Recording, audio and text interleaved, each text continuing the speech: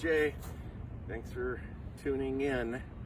We're on location for the inaugural episode of historic site video that the Historical Society's been doing around town and in the county with the hopes of doing a automobile tour or walking tour, maybe a bicycle tour in the future. And one of our volunteers is no longer able to do this. She's leaving to greener pastures, Emma, and we thank her. And I've been asked to do it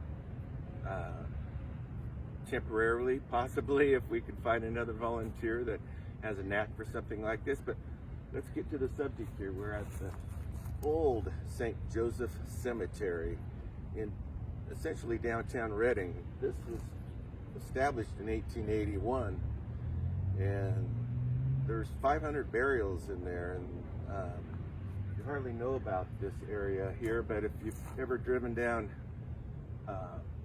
Railroad Avenue over here and look to the east, you'll see some of those big concrete blocks kind of holding up the bank there. That's something that Union Pacific installed in the 80s for erosion control. And you can see part of the cemetery, but you're driving by on Railroad Avenue, so you hardly notice it. But it's quite a beautiful place. You'll see lots and lots of beautifully crafted headstones and monuments, marble. It's private property, so we're going to stay outside right now. The church representatives have given me, I could have access to it, but right now we're just doing a little tease on it, kind of, for that tour for later. So you're seeing it from the outside, and I'll pick this up and move it in a minute here. But you'll see some of the established, beautiful heirloom cypresses. And down the corridor here is some of the beautiful palm trees that Reading was known for. I think the Women's Improvement League planted most of those that you see around town.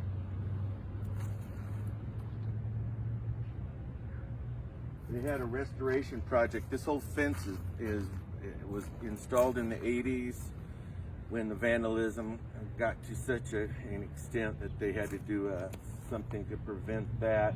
So they put the fence in the 80s, and then in the early 2000s, I think around 2007, they had a really neat restoration project where a lot of community members, the Knights of Columbus, the Boy Scouts, were involved in really cleaning it up. And they have a website you can go to as well, and it shows the restoration projects that they were taking on, and it was a mess. They restored headstones and all sorts of things, and it's really cleaned it up.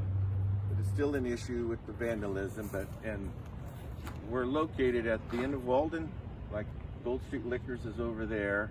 Like I said, it's private property. You can't come in.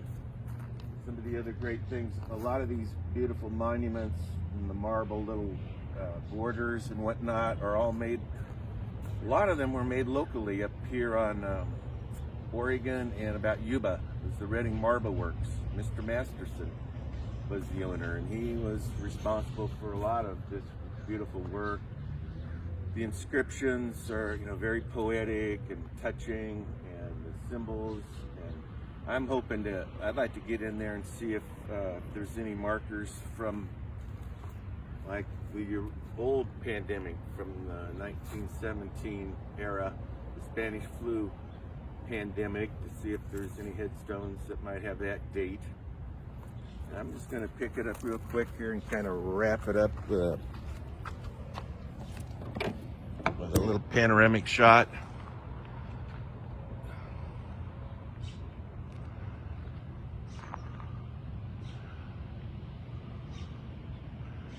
So it's a beautiful spot. It's sacred. It's where the pioneers of Reading, many names are interred here.